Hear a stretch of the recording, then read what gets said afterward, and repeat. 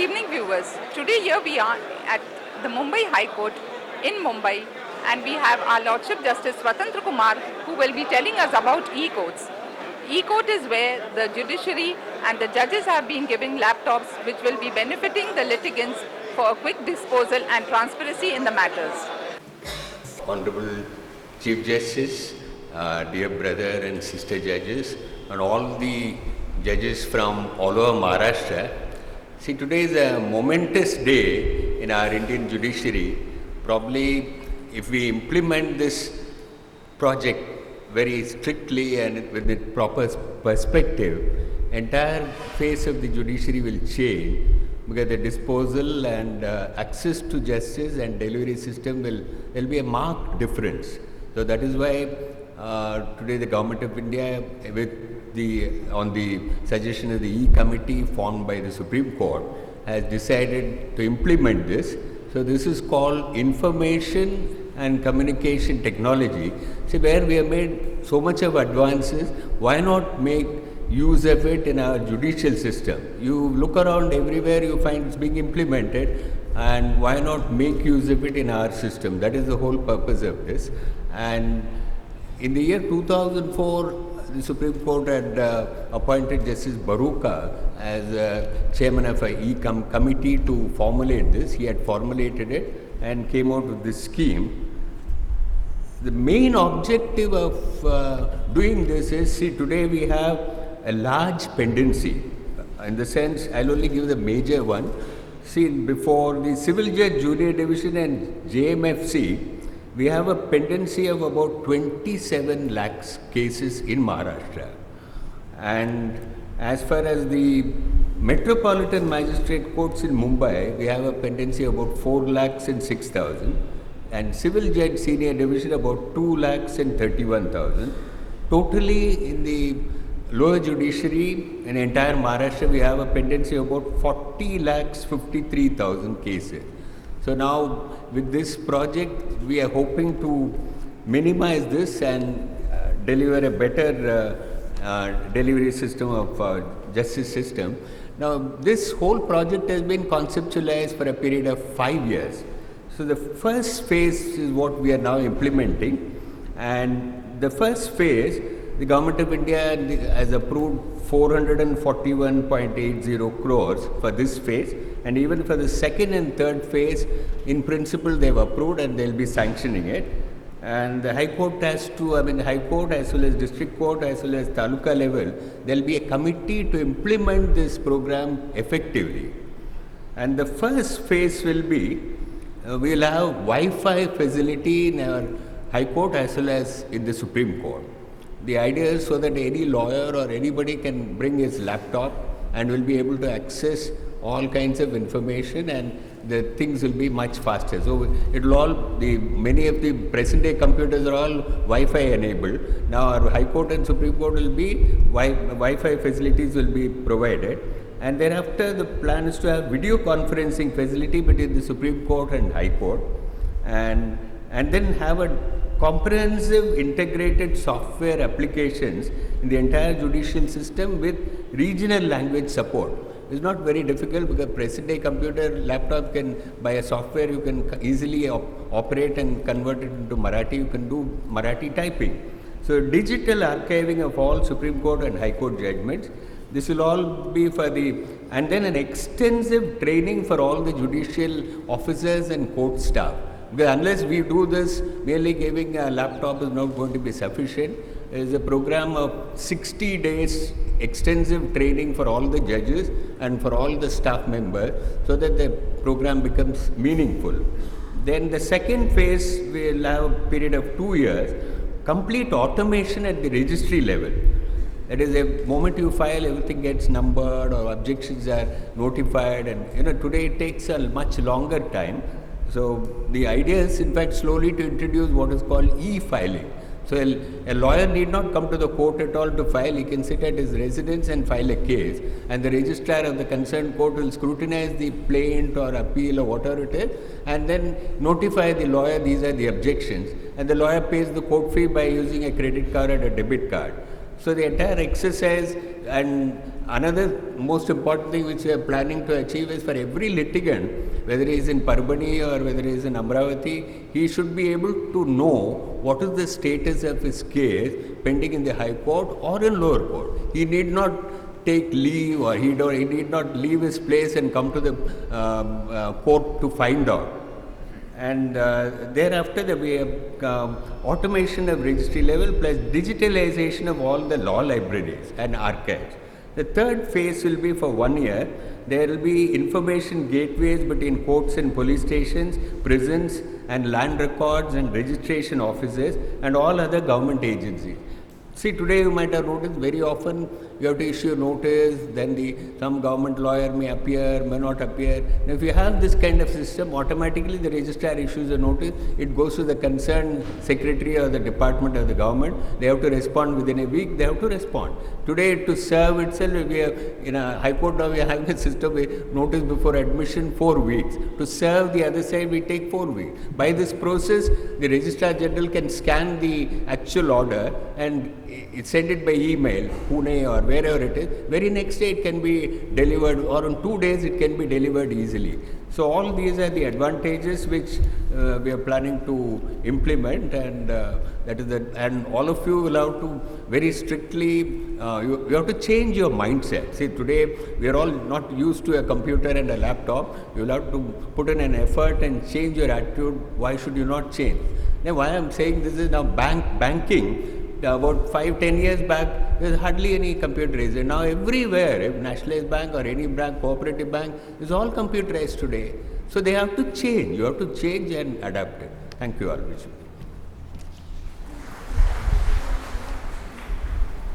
May I now request the Honorable the Chief Justice deliver this laptops to the judicial officers who are invited there.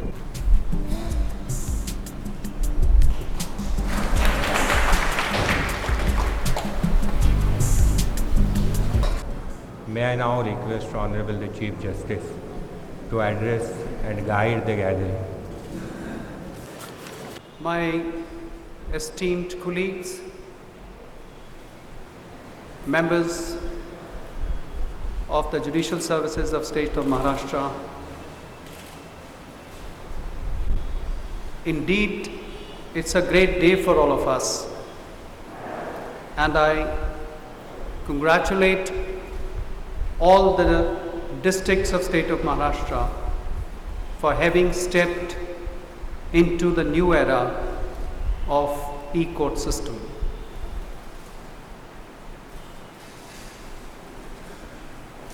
Just now, Justice Radhakrishnan said, why should you not change? Why must I change? Very fine distinction between the two sentences, indicating to you what I really mean by this so-called fine distinction is, we are not a small nation. It is the biggest democracy in the world. We have 596 languages spoken all over the states. Cultural, linguistic, parities and disparities. It's not so easy to bring them to a uniform system of functioning. Probably, when it was considered to introduce e-com systems in our functioning of the courts, the idea was a part of expeditious disposal system. Two things which we cannot lose sight of are the kind of load of work the Indian courts hold. Secondly, the growing wisdom in the litigant to assert his or her own rights. Thus, it is not simplicity backlog, but it is larger number of institutions of cases. Nowhere in the world any administration of justice can handle this quantum of work. At least to the limited knowledge I possess, this kind of a work is unknown to the rest of the world. No country in the world handles this kind of a work. And I am very happy to say, and which I said in the CM-CJ meetings, that especially our lower judiciary is probably one of the best in the country. Its disposal in that year was not only disposal of backlog cases, but it was disposing of the areas in the current year of 2000 to the extent of 1 lakh, which is very remarkable. Introduction of Ecourt system has its own goods and the bads. It is linking every remote corner of Maharashtra to the centralized places of dispensation of justice. The purpose of email, as you must have heard over the 4 speakers yesterday, today as my Lord Justice Radhakrishnan said, is not only one-fold. It is reducing the time period intercede the parties for court process, direct reduction of period or time factor involved in the court, and thirdly, connectivity of that system to the various parts of your state, and fourth, which is most important for the bench and the bar both, is for maintaining an easy accessibility to law. Once you know what law has been laid down, it is much easier for you to apply the law. These being the advantages, and today you have been given the laptops with a very specific intention. It comes from the top judicial administration of the country. Today in Delhi, as most of you know, there is a function parallel running today in all parts of the country, and major function being held by in the Vigyan Bhavan, where President of India, His Excellency Kalam is presiding. There also, the purpose is to reach the smallest section or taluka of our state. It provided connectivity to rest of the country. The purpose, besides being taking a step into the mechanical improvement of the administration of justice, is to provide greater connectivity for uniform administration of justice. That seems to be the basic purpose. You are able to see through few of these events, which clearly reflects as to what kind of utility can you derive from the packed gifts given to you today, which will provide you with JP software and probably with Manpatra. But its utility is your baby. Nobody can teach how to utilize the instrument that you get today. Please, if the government has been good enough, if the center has been good enough to give you these facilities, in my humble request to all of you, please take greatest advantage from this facility provided to you. Let's hope that the project of e-courts mechanism, email systems, which are today planned at the national level, are able to bring and in fact prove to be result oriented and satisfying to a common litigant of our country. I certainly thank my colleagues, especially Dr. Radhakrishnan, for having given me this opportunity to share my feelings with you today evening. And thank you, all of you, for being such patient listeners. Thank you.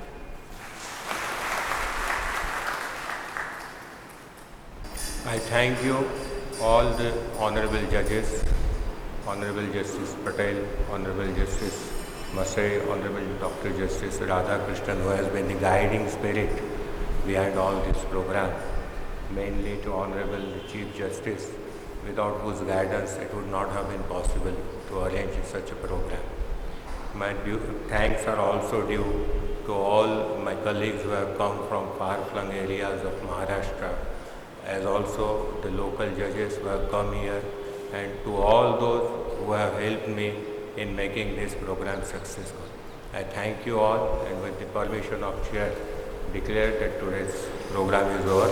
I'll request all of you to have a refreshment and then part. Thank you very much. Today here we are in the Bombay High Court and we welcome our Chief Justice of Bombay High Court, His Lordship Justice Swatantra Kumar, who is here to inaugurate the e-courts. His Lordship will be telling us what this e-court is and how the litigants will be benefiting by this e-court. Sir, can you tell us, right now you have just mentioned how the e-courts will be functioning, how the litigants will be benefiting by this? See, this is a project, as I just now mentioned, taken out on a national basis. The common litigant is bound to gain by it because the cost of litigation is bound to reduce. The second is the time factor taken in decision of the cases would be very limited.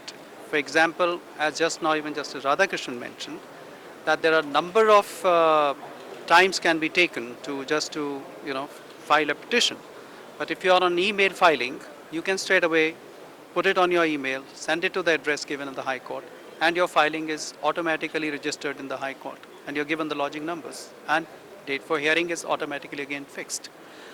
So these are the projects which are of course a very big milestone in Indian judiciary, and in my opinion, if we are able to reach every taluka of our state, certainly it will lead to great expeditious disposal, and our administration of justice would become very, very convenient and friendly ultimately to people. So, as you have mentioned that the e-courts filing can be done, so this phase of e-courts will be taken, how long will it take for this period of this e-court? This has already been divided into three different phases in fact.